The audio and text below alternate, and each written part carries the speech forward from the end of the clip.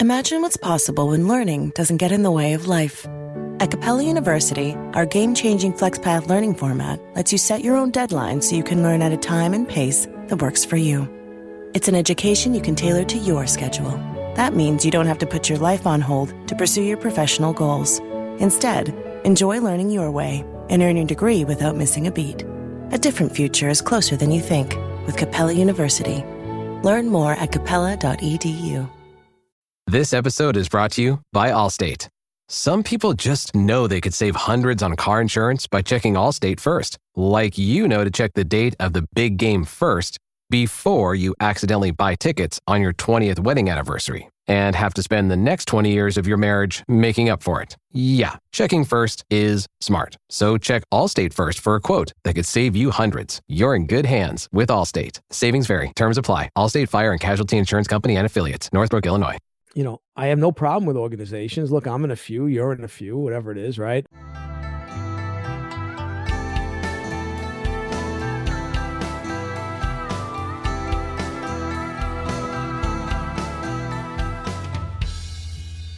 Hello, I'm your host, Les Bubka. Welcome to Anxious Black Belt, a podcast that focuses on karate, mental health, and everything in between. If you enjoy our content and would like to support us, best way to do that is to listen to another episode, share with your friends, and leave us a review. All this stuff helps the mysterious algorithm to introduce our podcast to new audience. Thank you for joining me, and let's listen to the episode. Welcome, Sensei Michael Calandra, to a show. Much appreciated your time. And I'm watching your podcast. I really enjoy it. And as we just spoke, I realized that I know one of your students here in UK. Again, thank you for your time. How are you today?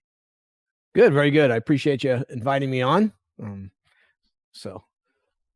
Glad. I'm sure your audience reaches a bunch in Europe. So that's good for me too. And I appreciate you asking me on. Cool. So you've got a really nice podcast, and I am envious of your dojo. Your dojo is very nice, and always nice to look when you do your sessions with your students. You're doing Tai Chi, you're doing Jiu-Jitsu, you're doing a Isshin Ryu from Okinawa Karate. How did you get involved with all those martial arts? So I started training in '79. I wanted to learn how to fight. That's what I wanted to do. So I was a member of the local YMCA, and I went there, and they had karate, and it just so happened the guy that was teaching karate taught Isshin Ryu. I started training in Isshin Ryu first. I was training in Isshin Ryu for probably about almost 2 years, and then I started training in Iaido. I used to travel into New York City twice a week to travel in Iaido. I was probably about 16 years old or 17 when I started training in EI. So I did that. Then I also started training in Shindo Musaru Jodo, which I trained and taught for many years. I'm not teaching it currently. And then I also started Jiu-Jitsu, so Sui Shitsuru Jiu-Jitsu. So I've been doing that for over 40 years. And probably about, I want to say, about 25 years ago now, I met Chen Zhanghua, and I began training in Chen-style Tai Chi Chuan practical method. Why I liked that was his approach was one to teach it as a martial art. So it wasn't just the Tai Chi you often see in the park, people just kind of moving and doing the form. He taught fighting applications and all the principles. Then I was also invited to a seminar with Lu Changyi, headmaster of Shihei Kwan, Feeding Crane Kung Fu. Trained with him for several years, so I practiced that art also. And then Patrick McCarthy came to our dojo many years ago, and I knew he had trained with Sugino Yoshio Sensei in Katori Shinto-ryu. I asked him if he could do an introduction to that, and he did. And then a short time later, I was in Japan with my group training with Sugino Sensei himself. So I've been doing Katori Shinto for probably about 15 years now. So those are all the things I do. I've done other things too here and there, but those are the main things I do. So yeah, I teach several different martial arts. So you know. How do you make it fit together? So the thing is I keep them pretty separate. And what I mean by that is when I'm teaching Isshin Ryu, I'm teaching Isshin Ryu. When I'm teaching Matayoshi Kobudo, Matayoshi Kobudo, I left out. I've been doing that for over 30 years. Trained with Kakiya Yoshiaki. So I keep them separate. If I'm teaching Kobudo, I'm teaching Kobudo. If I'm teaching Katori Shinto, I'm doing that. Now, are there common threads that run through all these arts? Yes, there are.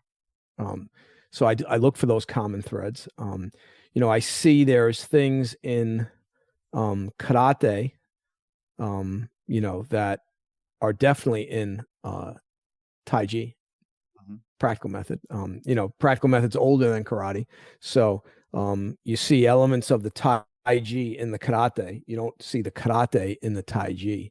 But so those similarities I look to when it comes to the empty hand stuff. I see certain things in the jiu-jitsu I teach too, where the principles that they teach in Taiji also exist within the jiu-jitsu. So what I try to do is I try to teach a principle-based approach. So it's not so much, well, my teacher said, do it exactly like this. Yeah, obviously in the beginning, when I trained with one of my teachers, I have to follow him to the letter. Mhm. But in the case of someone like Chen Zhanghua, he's also teaching us principles. And what he's saying is you follow the principle. And he often says, if you see me doing something wrong, if I'm not following the principle, don't do what I'm doing. Follow the principle. So that's what I think helps me to keep them separate. So it's interesting. Like I've traveled to South America 3 times, and I've only taught Kobudo there. Okay. Right, Matayoshi Kobudo. So depending on where I go, some people think of me as a jiu-jitsu guy. Some people think of me as a Taiji guy. Some people think of me as a karate guy. So, and then, some people train with me in multiple arts, like Ray Dickey, the guy we both know. He trains in multiple arts with me. Obviously, a bunch of people in my New York school and several people here train in more than one art out here in Arizona. But that's the other thing. You're not required, if you train with me, to train in everything. So it's kind of like a smorgasbord. You can pick the art you like. And so my school's kind of unique, not so much out here because it's newer out here, but in New York, you may have a guy teaching in the karate class, and then the next class, he's maybe only a green belt because he started that art later. But the guy that was a green belt in the karate class is a black belt in that art. And so it's a unique thing where you have, this kind of stuff going on. And we've never had a problem. I mean, people respect the fact that the one guy, is senior in that art and the other guy's junior. So, yeah. So I'm lucky. I don't seem to have a difficulty with going from one thing to the other. Although, like my Taiji master said to me on more than one occasion, he said, "You're the only guy I've ever seen that can teach these things, all these different things, and keep them clear." So, Must be so I very don't know. like Maybe that's my gift. I don't know. yeah, maybe like engineering mind. My wife is like that. She done Aikido, she done Kung Fu, she done karate, and she can keep them separate. Okay. I done wrestling and karate, and I can't. It's all kind of mixing. But she's long line of engineers. My grandfather, her dad is the engineer as well, so maybe that's kind of engineering setup mind. Right. Can you And it's tell us interesting more? when I train with them. Go ahead. Go on. No, I was just going to say it's interesting because sometimes I'm with a student who does several arts with me, and I'll be working with him privately, and he'll say to me, "Oh, can we go over this form in Isshin Ryu?" And I'll do that, and then out of the blue he'll go, "Oh, can we review that thing in Matayoshi Kobudo?" And we go right into that. Or "Oh, can we review this and go right into that?" And I've had more than one student say to me, they go, "Boy, you just could go right from one to the other." And I've attended seminars where I watched instructors have to go look at their iPad, Wow. like to remind them of a form or whatever it was they were trying to teach. And so I seem to be lucky in that my memory's good and I'm able to remember the different things and be able to go from one to the other. So you were going to ask me a question? Yes. So Isshin Ryu in Poland at the time where I was non-existent. I only know a little bit from the books and from the research of different styles. My teacher was always encouraging us to reach out to different styles and learn. In UK, I understand it's not many dojos either. Could you give us a brief history of the Isshin Ryu and what's so special about it, and why do you love it so much? Okay. So there are several dojos in the UK. So I have a student under me in the UK who has like 7 dojo. And then there's Ray Dickey. He's also teaching and training. Isshin Ryu was established around 1956, okay, by Tatsuo Shimabuku. He had studied with Kian Chotoku, Chojun Miyagi, Choki Motobu, and Taira Shinken. So we do a lot of Kian kata. We do some Motobu kata, and we do a couple of Goju-Ryu kata. We also have Kobudo. Some of our Kobudo comes from Kian Sensei, Tokumini no Kun. And the other bow kata we have, and one of the side kata we have come from Taira Shinken. One of the side kata was created by Tatsuo Shimabuku himself. That's called Kusan Kusai. He based it on the Kusan Kukata. We also do Hamahiga no Tuifa, which is Tuifa kata that comes also from the Taira lineage. Recently, I created a nunchaku kata for Isshin Ryu that I'm actually going to introduce at my New York seminars in a couple of weeks. I already mentioned it to Master Shimabuku in Okinawa when I was there. He thought it was a good idea that I created the nunchaku kata. He likes nunchaku, Master Shimabuku Kichido. His father never used nunchaku. I think what I like about Isshin Ryu, and again, now this is almost 50 years in, right? The body mechanics don't harm the body. So the movements are more natural, and they don't harm the body if you practice it right. Some of the Japanese styles, I think with the way they stand and the way they move, like I'll use an example. A lot of the early pioneers of Shotokan karate, many of them have had hip replacement and knee replacement. For myself, I'm training, it's going to be 46 years in April. The only issue I have with my body is I have a left knee that's a problem, and I was born with that. My left kneecap sits on a weird angle. So through all the years now that I'm 61 years old, I've got a lot of arthritis in there. But the knee's still fully functional. I can still do everything I need to do. It's not so bad. So that's one of the things I think is interesting with Isshin Ryu. Isshin Ryu has some unique things. We do a vertical fist punch, which people like to say Tatsuo Shimabuku created this punch. He didn't create the punch. The vertical fist has been around a long time in many different martial arts. The one thing we do that is unique is we place the thumb on top, right? And the reason we place the thumb on top is it raises 2 ligaments here in the wrist, which help prevent the wrist from buckling when you hit something. That's a fact. There's no disputing that. That 100% helps to strengthen the wrist.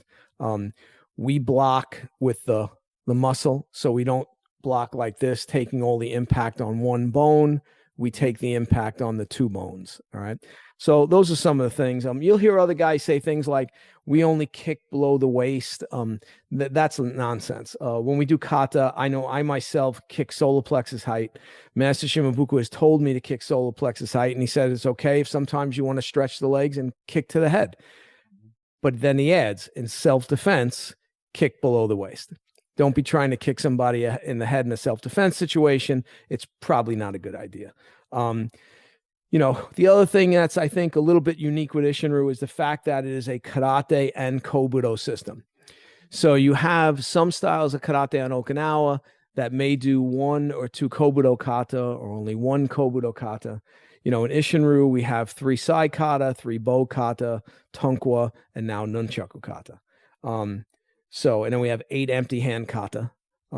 So it's a pretty balanced system in terms of it having both those things. And when Tatsuo Shimabuku created it, he did create it as a karate and kobudo system. The early students on Okinawa, which were mostly U.S. Marines that were serving there in the United States Marine Corps, they came back with the 8 hand kata, and they came back with 2 weapons kata. So you have, it's always had kobudo in it. And when he trained with Taira Shinken Sensei, he added even more kobudo. The interesting thing is Tatsuo Shimabuku really did not consider himself a Kobudo master, even though he really liked Kobudo and he taught it. And he did tell several first-generation students, look, if you really want to be good at the Kobudo, you should go train with a Kobudo master, someone who really, really focuses on the Kobudo. And even myself, I did that. I went to Matayoshi Kobudo. I studied with Gakiya Sensei. I don't think there's as much difference in the different Kobudo styles as people like to make out. I think there's only so many ways you can use a bow and a sai and everybody wants to say it's Coke and Pepsi and, it's McDonald's and Burger King, they all want to have their different say, well, we do it like this, but I really think there's a lot more similarities than there are differences between many of the systems. So Tatsuo Shimabuku also placed a pretty heavy emphasis on self-defense. He had a knife defense curriculum. He had a ground fighting curriculum. He taught joint locking techniques. He taught throws. He taught joint throws. So I just feel for me, it was great. I was a police officer for 22 years and, had to many times use my martial arts for real. And, Isshin Ryu never let me down. I mean, it never let me down, so. That's great. Kind of, this is the problem. And I said that before on the podcast, right? Because I'm teaching karate. I'm from completely modern style. I'm from offshore of Kyokushin, unknown anywhere, only in Poland. Okay. And always my problem is that I'm teaching something and I've been told, oh, this is great for self-defense, blah, blah, blah. But I've been fighting twice in my life on the street. And it's kind of like, I don't really want to say it's self-defense because I never tested, but you guys, like yourself, who've been in the police, kind of pass us that message that actually karate does work as a self-defense system or a restraint system for a police and bodyguards or whatever. So it's kind of always nice for me to hear kind of reinforcement that it is working because you have a chance to test it, let's say, on the battlefield in the quotes. So it's interesting. Some techniques I discovered when I went to use them didn't work right. Mm-hmm. And I didn't blame the technique. I blamed the way I was doing the technique, mm-hmm. which means the way I'd been shown the technique wasn't the proper way to do it.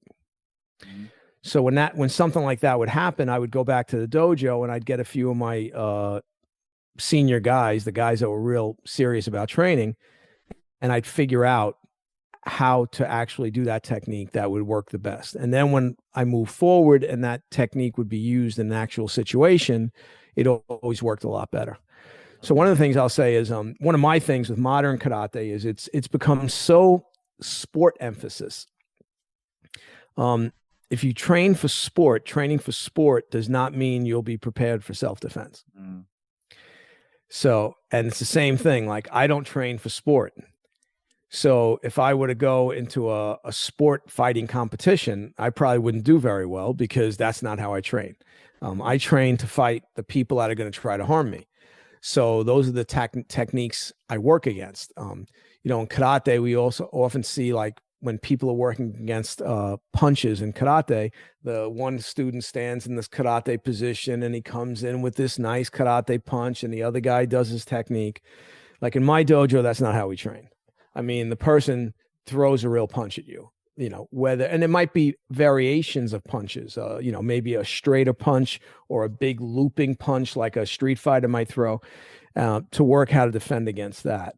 So that's the one thing I think is missing. It's definitely missing in Okinawa, 100%. I mean, Okinawa, they've painted themselves into the corner of sport, which is fine. Again, my position in life is whatever makes you happy. Mm-hmm. So if doing sport karate makes you happy, I'm all for that. But don't tell me that the sport karate you're doing is automatically going to work in a real situation, because that's not going to necessarily be the case. Now, you may get lucky, and you may, if it's one-on-one, it might be fine.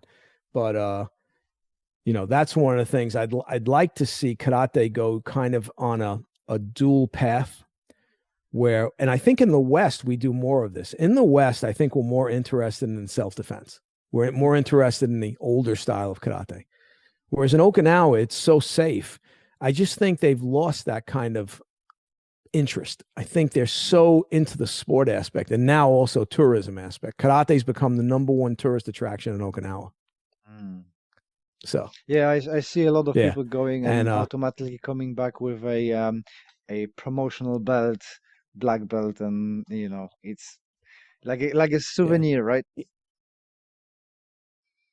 Yeah, it almost is like a souvenir. I mean, look, there's still teachers that aren't just going to hand out don grades, but you've got to find them.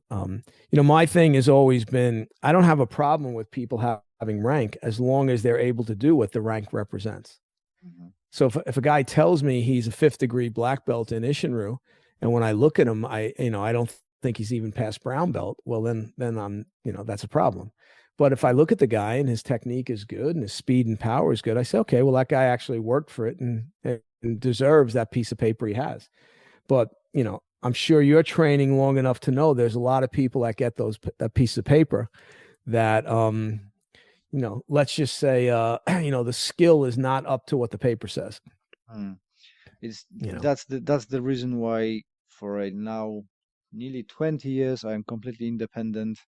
I learn from whoever I can, and I don't belong to any. Well, I belong to organizations, but it's the camaraderie, friendship, and we seeing each other. Nobody tells what to do. It's just enjoying the time together. That's my main goal in karate now. Right, longevity and but and listen, yeah, and there's nothing wrong with that. I mean, there's something to be said for being on your own. So, like, I've been with Master Shimabuku since 1979. I've been in his association. What I like about the Isshin Ryu Karate Association is that it's a lifetime membership. Mm-hmm. So you pay it once. That's it. You're in.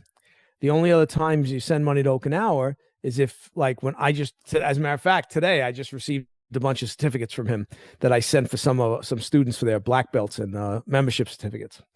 And that's it. I mean, other than that, there's not yearly dues or anything like that. He's never called me and said, hey, why aren't you sending me memberships, or why aren't you doing this? Like, it's very mellow and laid back. And I was in other organizations where, if the dues were due in January and you didn't pay them by January 2nd, they were calling you on the phone asking where your yearly dues are.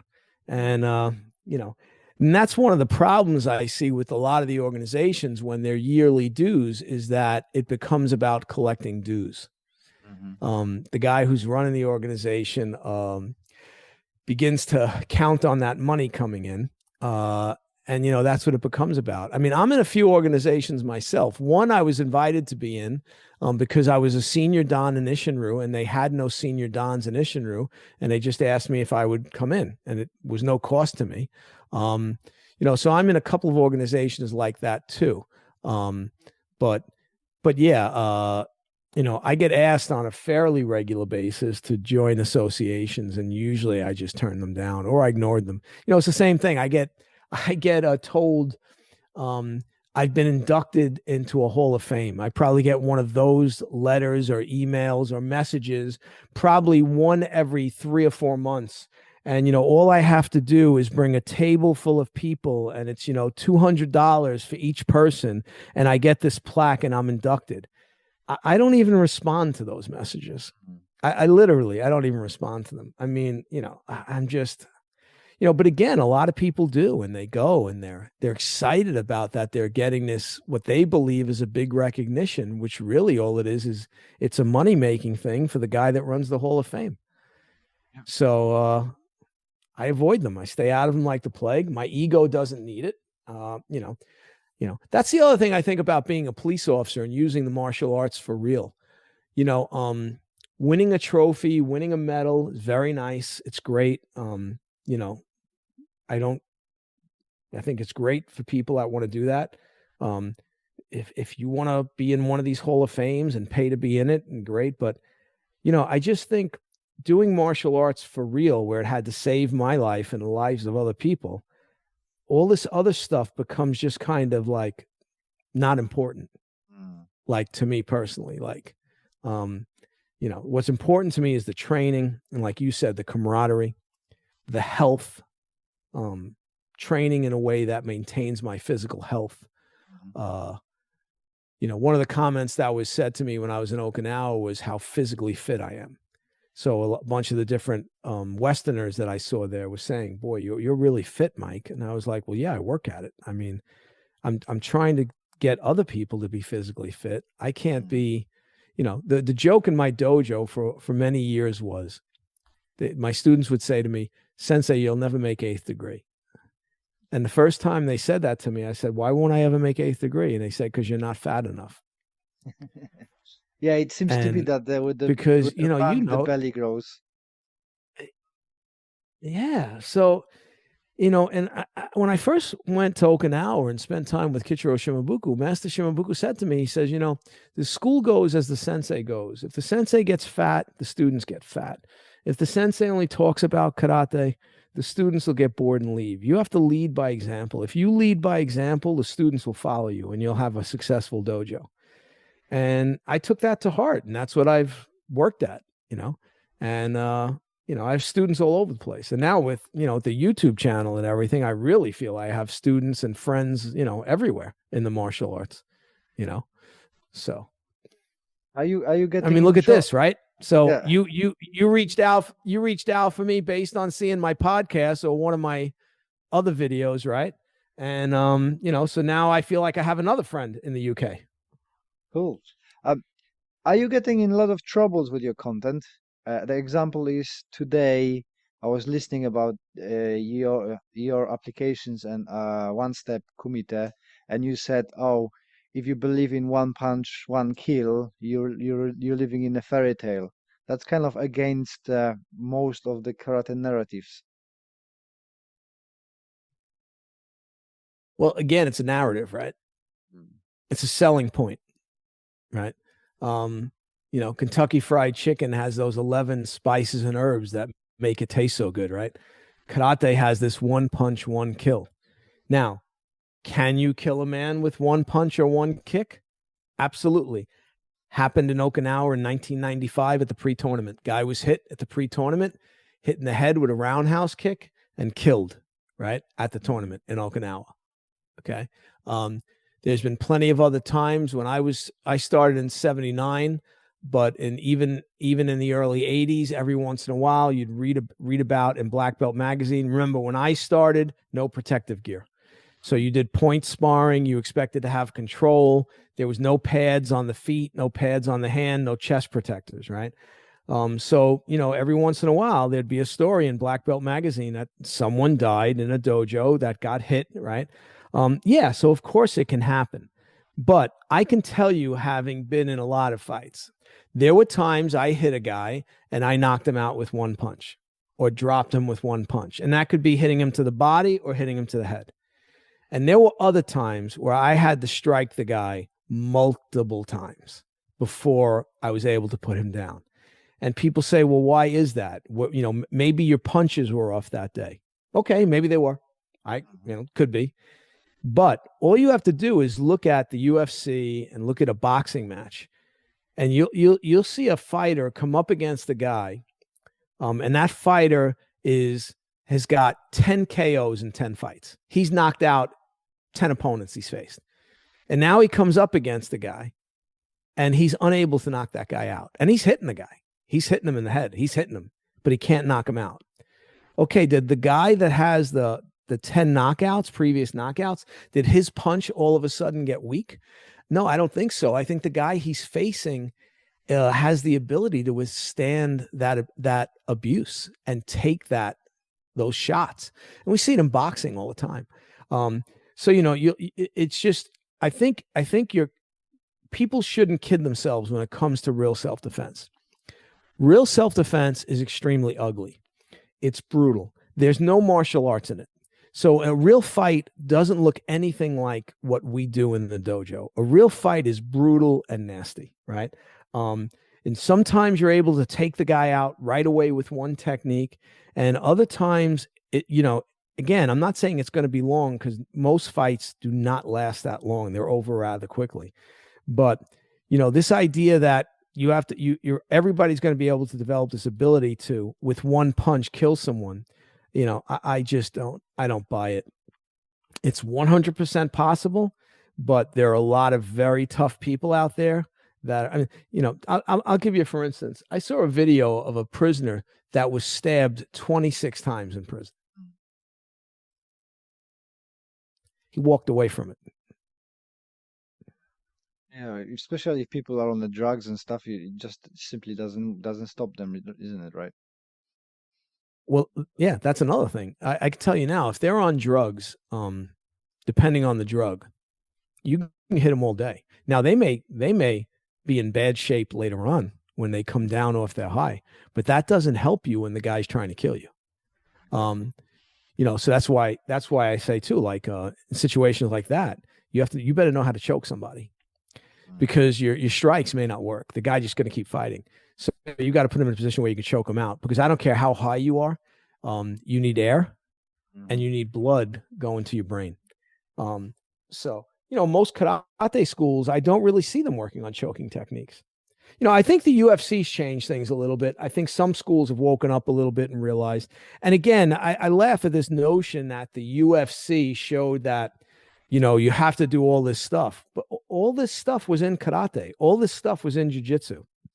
The strikes in jiu-jitsu are designed to incapacitate, or maybe kill the opponent, depending on how lucky you get, right? The joint locks are for control. If you throw a guy, the intention is to throw him on his head. When we train, like you have the mats, right? I have mats. When we throw students, we can't throw them on their head. We have to throw them in the training way so they can slap out and get back up, or we're going to be spending a lot of time in court when we're sued, right? But I think sometimes the modern martial arts don't realize what they have in it, because they're so caught up in the sport aspect, and have eliminated a lot of these very interesting training things that we do. I do knife defense in my dojo. I do gun disarms. I'm constantly showing chokes, fighting against a wall, fighting on the floor, fighting against multiple opponents. I mean, I just find doing all those different aspects of training makes for an interesting dojo and an exciting class. And I don't do everything every class, but I try to vary every class and do something different every class. Excellent. I asked this question to everybody. So, what was the impact of karate for your mental health? Was there any negative or positive?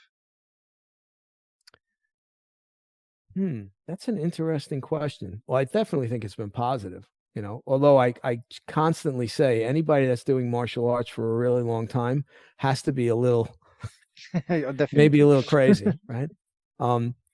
I think it's been positive. I'll give you an example. So, in terms of being a police officer, I went in the police department. I was already a second-degree black belt, and I had already been training in jiu-jitsu for quite a while. So I had Isshin Ryu Karate and Sosui Shitsuru Jiu-Jitsu. I go in the police department. I come out. Obviously, the first few times I'm fighting criminals, it doesn't go as well. I mean, I come out on top, luckily, but the confidence built, right? And then that mental confidence where, even if I was facing multiple opponents, because we patrolled a lot by ourselves. Transit police officers patrolled by ourselves. So a lot of times you're facing more than one bad guy. So I think training in the martial arts and seeing that it worked, even if it didn't work perfectly in the beginning, because like I tell everybody else, it's like when you watch a baby learn to walk, they take that first step, they fall down, they get back up, they take 2 steps, they fall down. When you're first engaging in actual combat, you're not that good. Like initially, you're going to make mistakes, whatever those mistakes are. Things aren't going to work right, and you're going to have to evaluate and figure it out.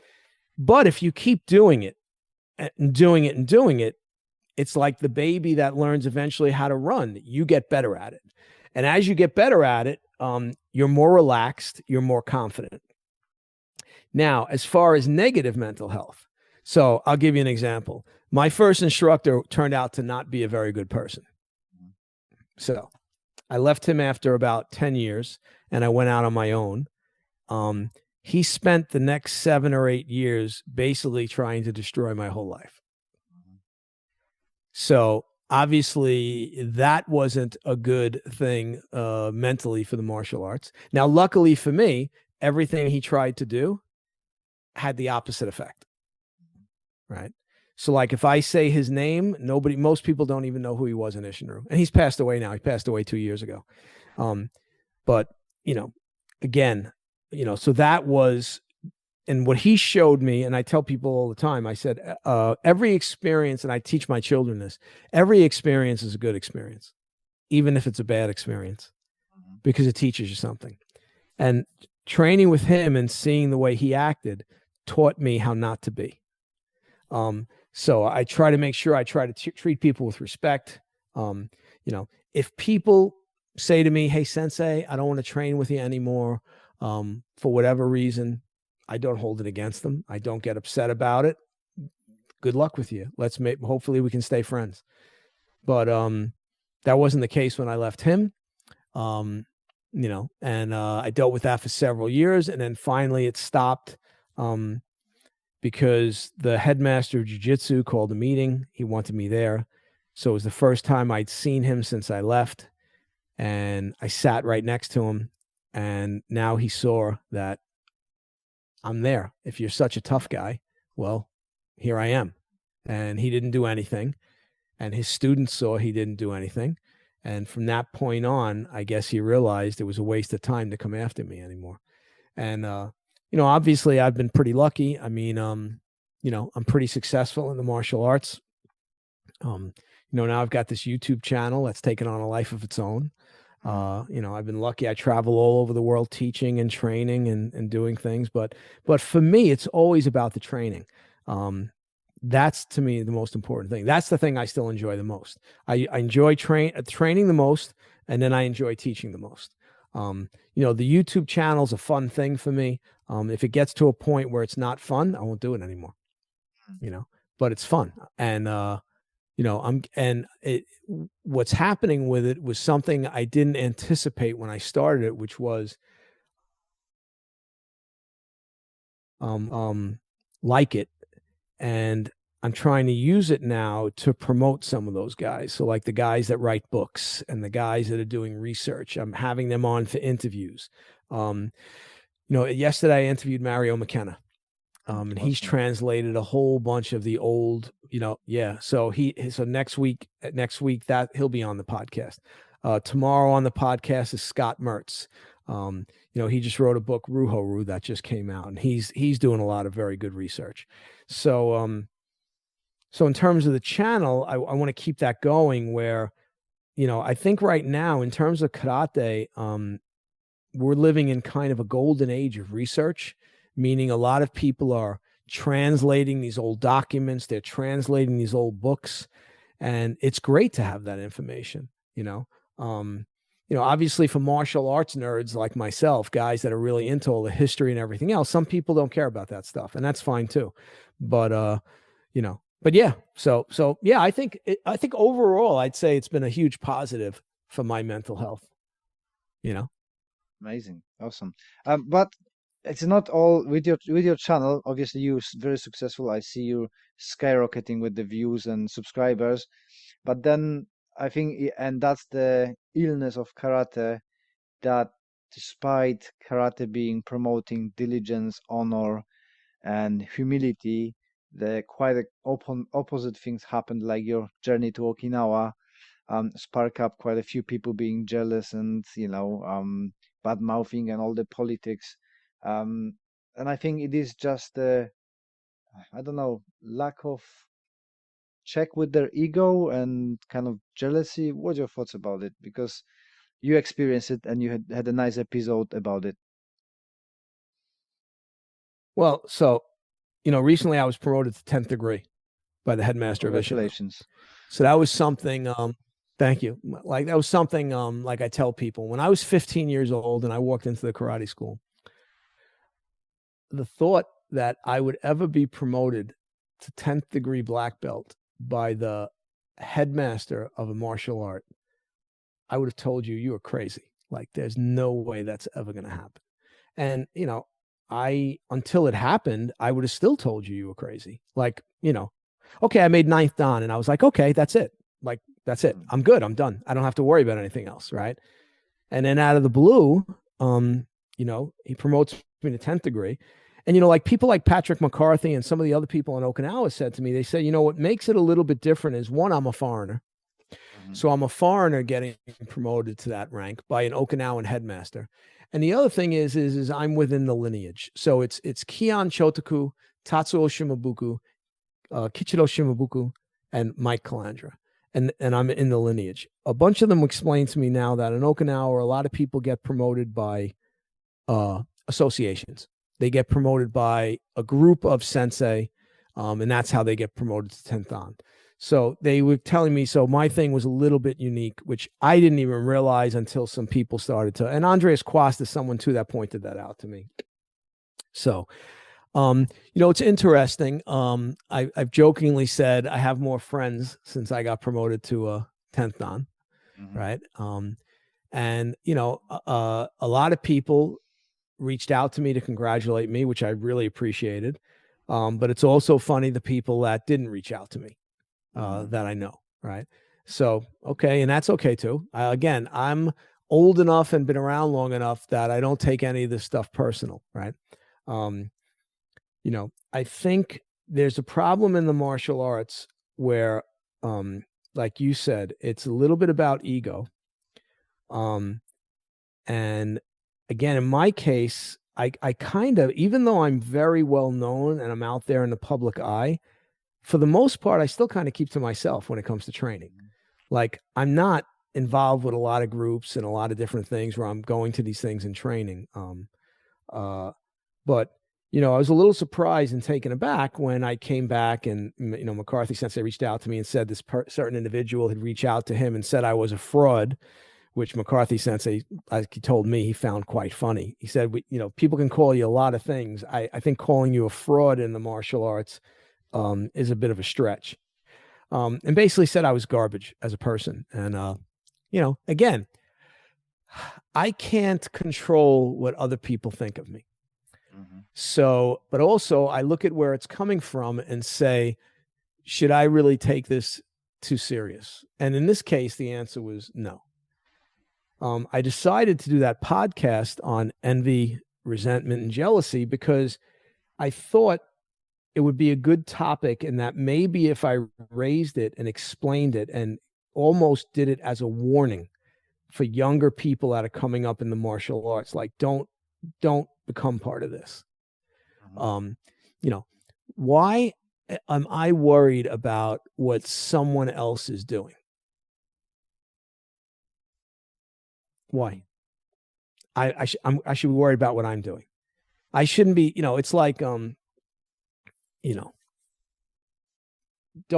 covet what your neighbor has. Worry about what you have, So I just keep doing what I'm doing, right? And I just keep training. And you'd be amazed, like when that podcast came out, on McCarthy Sensei's post came out, I mean, I got inundated with messages from people, don't stop doing what you're doing. We all appreciate what you're doing. You're doing so much for martial arts. Just keep doing it. So again, one person doing what they did, that's the person that I should take serious, and everybody else I shouldn't take serious. So I think people coming up in martial arts need to be careful of it. And one of the things I tell them is, if your instructor says to you, somebody's a bad guy, oh, that guy's a bad guy. All right, I know he's your instructor and everything, and you can take his opinion, but before you say that guy's a bad guy, maybe you should find out for yourself if that guy's a bad guy. Like, and don't, again, just because someone else says something about somebody, don't go by that. Find out for yourself. You might be surprised. You might find that you have a lot more friends, and you might find that you have a lot more in common. If I went by what certain other people told me about certain other people, I wouldn't have some of the friendships I have. Oh, stay away from that guy, Mike. Oh, that guy's bad news. I'm telling you, And then I meet the guy and I'm like, my initial thought is, what was this other guy talking about? Like, what do you mean this guy was bad news? I mean, he's a nice guy. He's treated me great. I mean, no problems. I mean, maybe you have a problem with him, but he's been great to me.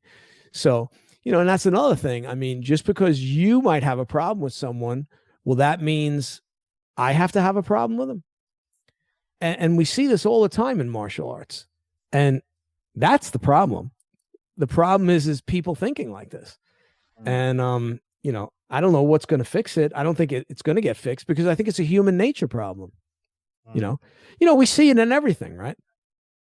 You're at work, right? And you work really hard and you get promoted and you get a raise at work. And 3 of your coworkers congratulate you and tell you great. And 3 others congratulate you, but behind your back, they're saying, why'd that guy get the raise? Why did that guy get the promotion? I should have got it, right? He shouldn't have gotten it. And we see the same thing in the martial arts. It's a human nature problem, right? Yeah.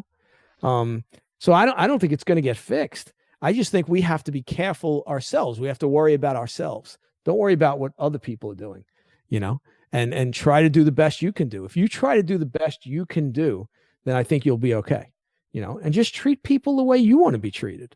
I mean, that's, don't abuse your students, I mean, we all hear horror stories about the stuff that goes on in martial arts, right? And it's important that we don't fall into those traps. Because, once you go down a certain path, it's tough. It's not good. So I mean, I just think it's funny when I went to Okinawa, I was hanging out with a Goju-Ryu guy, a Matsubashi Shorin-Ryu guy, an Okinawan Kempo guy. Obviously, I was hanging out with my Isshin Ryu Karate sensei. I was hanging out with Patrick McCarthy sensei. I met a 10th Dan from Matsubashi Shorin-Ryu. We all got along. Everybody had a great time. I mean, James Pankowitz was nice enough to ask me to teach a class at his dojo. I don't do Matsubashi Ryu, but he says, hey, you have a lot of real experience. Could you teach some knife defense? I said, sure. Right. It'd be good if there was more of that, but we don't, it's one of the problems, right? We guard things. We don't want to give. Like me, I show whatever people want to show, whatever people want to learn, I teach them, so yeah, I mean, it's like, it's like with the politics, right? The politics is another problem,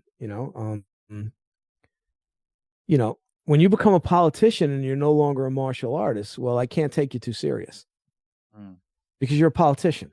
Okay. When the running of the association becomes more important than the training, okay, well, you've become a politician. You're not really a sensei anymore. You're a politician. So, I have no problem with organizations. Look, I'm in a few, you're in a few, whatever it is. Right. And, but the thing is to keep it real and realize, well, what's important? What's important is the training. That's what's important. All the other stuff is just, whatever it is. It's not real, right? You've got certain organizations on Okinawa, umbrella organizations. Well, we want all the styles to also do these kata. Okay, why? Who are you to tell me I'm doing Isshin Ryu? Who are you to tell me that now I need to do these other kata because you want me to do them, but you don't do Isshin Ryu, right? So again, it's about power, right? It's a power play, and yeah, again, most of these big organizations, eventually what happens to them, they seem to go away. And of course, somebody starts up a new one, but most of them seem to go away. And I really think it's important that the main focus be on the training and the teaching. That's what we should be focusing on, and not all the BS that surrounds everything, Yeah, exactly. I was when I was interviewing one of the guys from the Kyokushin side, who is a child development teacher.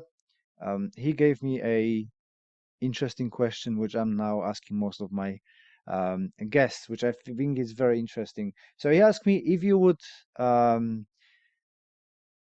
use as little words as possible to describe your core values for your dojo or yourself, what that would be. So for me, it's a strong and caring, because if you're strong, you can take care of other people and you've got that power to be. What would be yours and your dojo? I think mine would be authentic and integrity. Mm-hmm. So I try to be authentic in the things I do and the things I teach. And I try to have integrity for myself. Again, the physical training is the physical training. I mean, I think we're all doing the physical training. But I think having a strong moral component in the dojo, I think, is very important. I mean, we're teaching people to harm other people. And in like UFC, a lot of UFC gyms and these other places, I don't know that there's a strong moral component being taught.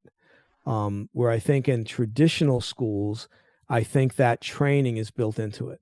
The style of jujitsu I do, we have a list of directions. In karate, we have the dojo rules, right? Mm-hmm. So you have these core values, that hopefully if you follow them, you will have high integrity, right? The physical skill will come to anybody if you work with them long enough. I mean, it doesn't matter, right? But is that person going to be a quality person? Are they going to be a quality human being?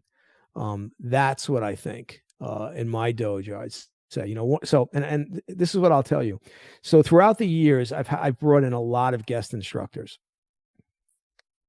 Every single guest instructor, the first thing they say is, after the seminar's done, they say to me, I can't believe how nice all your students are. A great thing to hear. That's what I want, and then they were also complimentary about their skill. But the first thing has always been, man, Mike, everybody's so nice in your place, So again, I think if the sensei sets the example and the students see how he is and they follow him, then I think it's good. I've had a lot of students that started with me when they're very young, 4 years old. We take them at 4 years old in the New York dojo, and they stay around. Many of them have stayed around till they went off to college, and they're all very successful, and they're all really good human beings. And that was the goal all along. Yeah, karate's great. I'm glad they stuck around because it helped me pay my bills when I was, renting space in New York. But the fact that they turned out to be good human beings, I think, is what's important. So those are the two words I would use: authenticity and also integrity. Awesome. That makes sense. Really good. You said you moved you left your dojo, you moved away. I've got one of the friends who had an accident, so he couldn't train for some time. And he had a mixed feeling because he had to allow his students to take over and teach. And he realized that, oh, it's actually okay, they don't need me. But then in the same way, he said, hey, they don't need me. How did you feel leaving your dojo, giving to your students? So 2 years before I moved, I had all the black belts, now. So you have to realize I have students under me that are 7th dans, 6th dans, 5th dans, because they have training a long time. They've been with me a long time. So I got them all together, all the senior black belts. And I said, okay, I'm just letting you know in 2 years, I'm moving to Arizona. And then I said to them, I know what you're thinking right now. You're thinking I'm not going to move to Arizona. You're thinking I'm saying this, but I'm not going to go, then I'm going to stay. Mm-hmm. I'm telling you now, I'm not. I'm leaving. So you guys need to make a decision. Either a couple of you, a few of you can decide to take over the school. One of you can decide to take over the school, and it doesn't have to be the most senior guy. And I'll help you, and and I said, but you've got to make this decision soon. So if we're going to do this, we can start working on this process. Not that the process is a month before I leave. Mm-hmm. And the one guy came to me. He wasn't my most senior student. He was a retired lieutenant who had worked with me. He had run businesses before. After he retired from the police department, he'd become a Chinese medicine doctor, licensed in acupuncture, herbs, and a licensed massage therapist. A very smart guy. And he put it to me this way. He said, Sensei, I think I want the challenge of trying to run the school. I want to challenge myself. I want to try to do it. I said, okay. So what I started doing then is I started running less classes. So what I would do is I'd be there, but I would let them teach. And I would step back and let them teach. And initially it was funny. So I'd be there. They'd finish with the warm-ups and stuff. And they'd go to me and say, okay, Sensei, what do you want us to do? I said, you decide. Okay, so now initially they're like, but then they started realizing, okay, I have to be ready to do something. And they started teaching. And then I would go in the office and sit in the office and I would just listen to them teach. So I couldn't see what they were doing. I'm listening. And I would come out and I'd take them on the side and I say, okay, the way you explained that was good, but you might want to include this, or you might want to also say this. All right, I saw how you showed that technique, but don't forget to include this. So for a year and a half, and they noticed it. They finally noticed it and said, hey, we noticed you're not coming out and you're not teaching as much. And I said, yeah, that's by design. So you guys, when I leave, they're already used to you guys teaching them. It's not always me teaching them. Plus, when I'm gone, it is always, if there was a question, they could just walk over to me and ask. Okay, well, I'm not going to be there. Figure it out. So he took over the school, and a month later, he called me. His name's Jimmy Waller, and he's still running the school. He's done a very good job. He called me and said, I thought I knew how hard this was. I thought I knew how much work this was going to involve. And I have a whole new level of appreciation for everything you did for so many years. I said, oh, thanks. I appreciate it. Right. So I go there once a year for a week to do seminars. I do Zoom classes with Jimmy once a week. I'm in contact with other black belts. One of my other black belts, Dean Mayo, is starting a class up in North Carolina. I have another one of my black belts that runs a small group up in Colorado. So I have black belts in different states. Some of them are small, very small groups. Other than like the New York school is a little bit bigger group. Doesn't matter to me if they have 3 students or 30 students, makes no difference. But it's gone pretty well. The interesting thing was some of the not as senior black belts calling me. And one of them said to me about 6 months after I left, he says, Sensei, don't take this the wrong way, but I almost think it was good that you left. And I said, oh, really? I said, why? He says, well, when you were there, if we had a question, we just walked over to you and you told us, you explained it to us in detail. But now when we have a question, we look over and you're not there. And then we all look at each other and go, okay, well, we got to figure this out. And he goes, for myself personally, I think I've gotten a lot better. And I said, well, now you know what I've been experienced for all these years. I had no one to look over to. Like there was no one I looked over to go, hey, am I doing this okay? No, it was me. I had to really be on top of myself. I had to really figure it out. I had to figure out how to present the material and do all that stuff.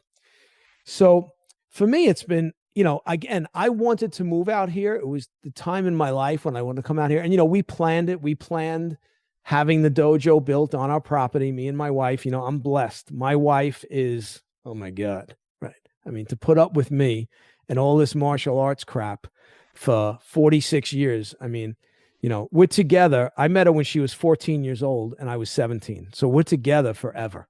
We've been married for forever. She's a doctor, so she's, a lot smarter than I am.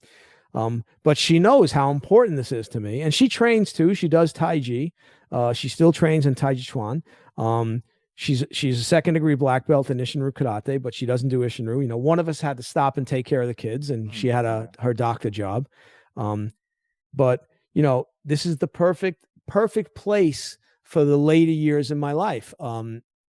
Whether I have 1 student here or whether I have 100 students here, I don't care.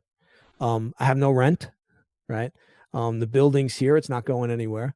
So yeah, I was confident that if those guys did what I told them to do before I left, that they'd be successful and Jimmy would be very good at running the school, and he is. And and I'm proud of that. Why wouldn't I be proud of that? It's like Jimmy's older than me, but it's like he's one of my children, right? He's gone out, he's been successful on his own. So I think a lot of instructors hold people back too much. And I think that's a mistake. I think you should, I'll give you, for instance, my teaching philosophy. So let's say you decide, Les Bubka says, hey, you know what? I'm moving to Arizona and I'm going to go train with this guy, Mike Calandra. So the first night, Les Bubka walks in and I start showing him the Isshin Ryu basics.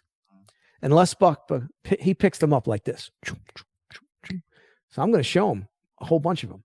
Then the next night he comes in, he's got the basics. I'm like, all right, I'm going to start showing him the first kata. And Les Bubka is going to get promoted faster because he's got some experience and he's training hard. And why should I slow him down? Why should I retard that process? I think that's a huge mistake where we have, oh, well, no, there has to be a minimum time. There has to be this. Okay, why? Where does it say that in the rule book? If someone's talented or someone's not even talented, but they're really working hard, why shouldn't they progress faster? So I've always been one, especially after I went on my own, where if someone is good and they work hard at it, I give them more. More and more and more. So if one of my students says to me, hey, I want to go out and do my own dojo, I said, go ahead. And there's been people that came to me and said, I have an opportunity. One guy came to me one time and he'd been training in Isshin Ryu a very long time, actually longer than me, but he'd been training with me. And he says, I have this opportunity to rent space, but it's only 2 avenues away from you. So it's still in the same general neighborhood. He said, so I don't want to do it if you're going to be upset with me. And I said to him, listen, you could open up a dojo next door to me and I wouldn't be upset. Now, what I was trying to tell him in a nice way, that he was not capable of running a dojo.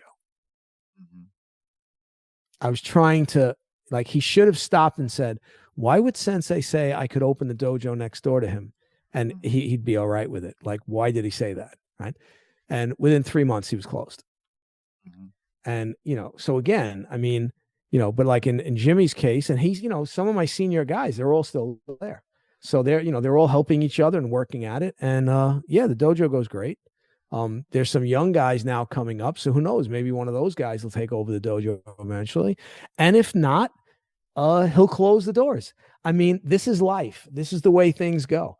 Like I had told them, I said, if you guys decide none of you want to take it over, well, I'm going to close the doors. That's just the way it goes. So I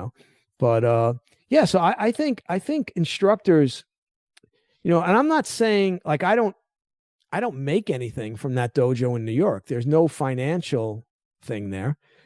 Obviously when they bring me in for a seminar, they pay me, but there's no monthly thing that he's paying me. I don't have a franchise. I just have a student. Right. So I think instructors should try to give their students a little more freedom.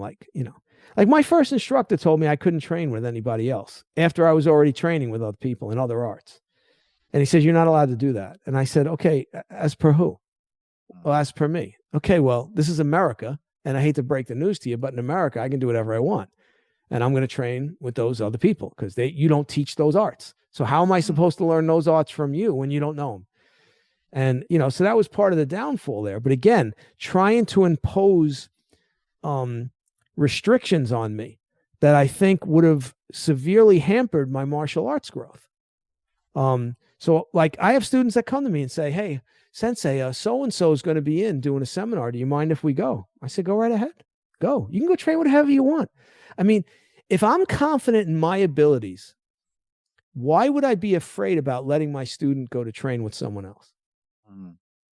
If you're afraid about letting your student go to train with someone else, it means you're not confident in your own abilities. Right. So, my students are free to go and train with whoever they want. Yeah, my friends got the saying that oh, don't go there because they might be much cooler than we are. Well, yeah, but again, I had I had guys that taught other martial arts rent my space at my dojo. Mm. So I had an Aikido sensei renting my dojo, and he rented my dojo for a few years. I had a few different Tai Chi people renting the dojo. I had a guy who taught knife fighting and pressure point fighting renting my dojo. And I let them put their flyers in the front of the dojo. I mean, because I just felt that the people that were going to go train with them were not the type of people that were going to come train with me. Yeah. And, I have this belief that the world is a very big place with a lot of people in it. I think there's plenty of students for all of us, Exactly. So, when I opened the dojo in Floral Park, there was a dojo on the next street, and they did, they did like Filipino martial arts. I didn't know the guy, but I opened the dojo, but one of his students eventually stopped by the dojo, and, he had said to his teacher when I was opening the school, he said to his teacher, "What is this guy, crazy? He's opening a school on the next street from us. We've been here for years. He's not going to, he's going to close. He's not going to be able to stay open." And the teacher knew who I was. And he says, "Oh, no, that guy's been in the area for a really, really long time. He's coming with a group of students. He already has students." And eventually he closed, he closed his place, but, not because of me, but because whatever, again, I think running a dojo is one of the hardest businesses there is. That's why I don't recommend doing it full time. I think you're better off doing it small scale, renting a place a couple of nights a week, teaching at a community center, doing something at your house. I think that's a lot safer and a lot less of a risk. Mm-hmm. Yeah, we're training in the big center, but I'm just renting the room. We've got the BJJ guys, we've got Muay Thai, we've got boxing, and everybody's full, Right. So everybody's happy. I'm training in the BJJ there. The BJJ guys coming to us sometimes training, and everybody's happy. Yeah. And again, like, I said it all the time. People need to do what makes them happy. If you're doing martial arts and you're aggravated all the time, or you're caught up in political bullshit, why are you doing it? Like, if it's not making you happy, why are you doing it? Like me, like right now it's Saturday afternoon in Arizona, and tomorrow I'm going to come out. I'm going to film a couple of videos, and I'm going to train. And I train pretty much every day, because I enjoy it. I mean, I really enjoy it. And I don't just train martial arts. I also do kettlebell. I do some dumbbell work. There's some other types of exercises I do. And that's to keep my body strong. I mean, as I'm getting older, I have to take care of the body. It's as simple as that. But I really enjoy it. So, again, like my question would be to certain people, are you happy still? Are you happy doing martial arts? What makes you happy about it? Look at and question yourself. And if the things that make you happy, are not, necessarily good things, well, you probably have a problem, so yeah, I mean, I think if more people worried about themselves, like, I have an open door policy here. Someone will call me and say, "Hey, I'm in Arizona. Could I come by the dojo?" Of course, right? They come, they train, whatever. And the other thing we have here is we set the house up where people will fly out here and they will spend anywhere from a week to 10 days training. We have a set fee we charge. They live at the house. We feed them. I pick them up at the airport. And we train as much as they want to train. So if they want to train every day, all day, I'm out here with them training every day, all day. And if one day they say, "Hey, could we go on a hike, a beautiful hike in this great Arizona you live in?" I take them on a hike. One of my guys is coming out at the end of February for 10 days. He's staying here. Another guy's coming out probably in March. He'll stay for usually 4 or 5. So we also set the house up that way, which is nice for us. It helps, makes a little bit of money. But it's also good for these people because they can come out and get intense training. And that's what they want. They want to come out and work as much as they can in a short amount of period. They'll attend my regular classes, but then there's a lot of one-on-one with me. So we do that a lot. And a lot of people take advantage of that. So from a martial arts standpoint, I'm about as happy as I can be. I couldn't be happier with what I'm doing. So, Yeah, that sounds amazing. So it's great. So that sounds amazing. So how many kids you have? How many kids you have? Two. Two. Yeah. 8 Boy and and 6. a girl? Boy and a girl, 8 and 6. Who's Full-time oldest? work. Son. Yeah, son Okay. son just started doing Brazilian Jiu-Jitsu. He likes that. He's also Okay, obsessed good. with drama. My younger daughter, I thought she's gonna be into Okay. wrestling, but she's on football. Okay. But Okay. I'm trying All to right. not Listen. force him. Yeah.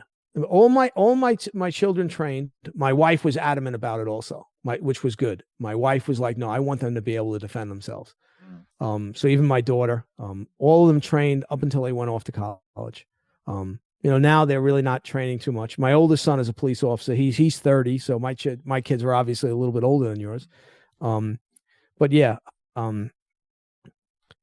so yeah, I mean, it's interesting. You'll see as your kids grow up, but the biggest thing is that they're involved in something. If they're involved in something that they can focus on, it's very good for them. Yeah, and if they're exposed to good people, Yeah, that's our policy, that they need to do something. They have to do sport, and they have to some not intelligent but intellectual stuff. So they got that development, and the supportive group of people is always better than just sitting on a bench somewhere in a park and drinking beer. Or playing a video game. Yeah. Although now playing the video games, you can make a lot of money. My friend's son is doing 200K. Yeah. Playing games. So right. Which one we doing crazy. now, right? It's crazy.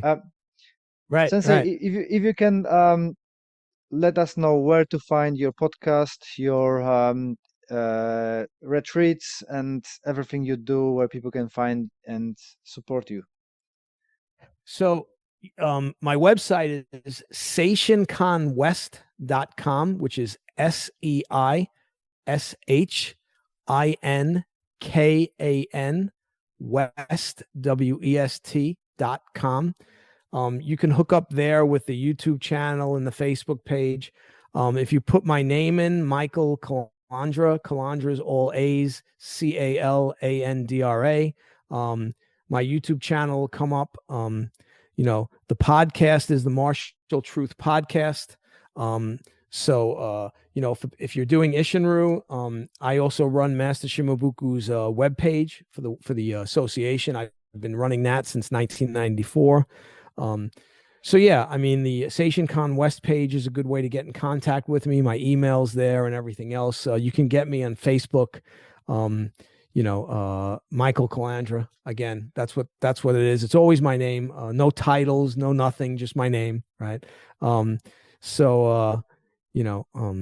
It's interesting. I did a podcast with a guy from Australia, and then all of a sudden I was getting a lot of friend requests from people from Australia because they saw the podcast in Australia. And I'm sure after this one, I'll probably get some more friend requests from people in Europe. Although I do have a lot of friends in Europe. I have a lot of Isshin Ryu friends in Europe and other martial arts friends in Europe. So I do have a lot of friends in Europe. And I've been to Europe a bunch. I've been to London probably 7 times. So I was going every year, and I may be coming there again in the near future. So if I'm going to be coming there again in the near future, I'll let you know. Maybe we can meet in person, that would be great. And love for people. I'm not that far from London, so yeah. And I love for people to subscribe to the channel. We want the channel to grow. I want it to be something where traditional martial arts people can come and see a lot of different videos. We have over 1,600 videos on the channel, a lot of historic videos. Not just Isshin Ryu, not just the arts I do. We have video for all kinds of martial arts. And I want it to be where everybody takes advantage of it, And so awesome. Thank you for your time, and I hope to speak to you soon. No problem. Yeah, I appreciate you having me on. Well done for listening to all of it. You are a superhero. Thank you very much for your support. And if you could leave us that review on a podcast platform, that would be amazing. I appreciate your time, appreciate your support, and I wish you all the best until the next one. This podcast is part of the Sports Social Podcast Network.